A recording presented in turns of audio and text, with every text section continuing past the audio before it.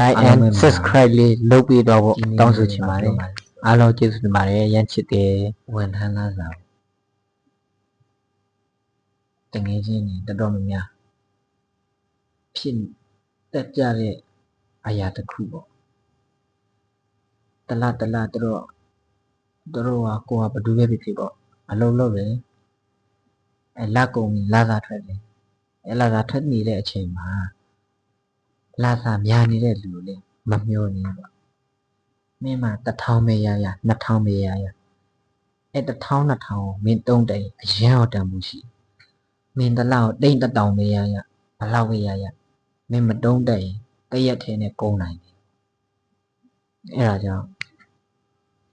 သူ့ပစ္စံကိုလည်းမင်းမမျောနေနဲ့မင်းရှိနေတဲ့ပစ္စံကိုလည်းအရန်မပြုံးပါနဲ့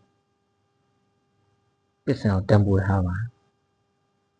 လိုတာထက်လိုအပ်တာကိုပဲဝေပါမင်းနိုင်ငံခြားရောက်နေတဲ့ရက်မင်းပစ္စည်းတွေကိုမလိုအပ်ရင်ရှောက်မို့ပါတချင်းကြမင်းနောင်လာရတယ်မင်းကိုအိမ်ကိုမြေကိုပြန်တဲ့တနေ့တိုင်းမင်းဘလို့မှယူသွားလို့မရမင်းဘလို့ယူသွားမှာအဲ့ဒါကိုအရင်တွေးပြီးမှလိုချင်တာထက်လိုအပ်တာပဲဝေကြအဲ့ဒါကတိုက်တွန်းချင်တာပေါ့တနေ့တိုင်းမင်းမပစ္စံလာစားတလားလာစားဝန်ထမ်းလာစားဘယ်လောက်ပဲရ1000ပဲရမင်းတုံးတိုင်းအရင်အောင်တန်ဖို့ရှိမင်း1000ပဲရ9000ပဲရမတုံးတိုင်းတရက်နဲ့ပြီးနိုင်တောက်မူယူအဲ့ဒါပါပြောချင်တာအဲ့ဒါပေါ့အဲ့ဒါကြောင့်တကယ်ချင်းတော့အပေါင်းအတင်းတော့အကုန်လုံးအစီအပြေကြမှာပြီလို့ပြောလက်ပါတယ်နော်အားလုံးကျေးဇူးတင်ပါတယ်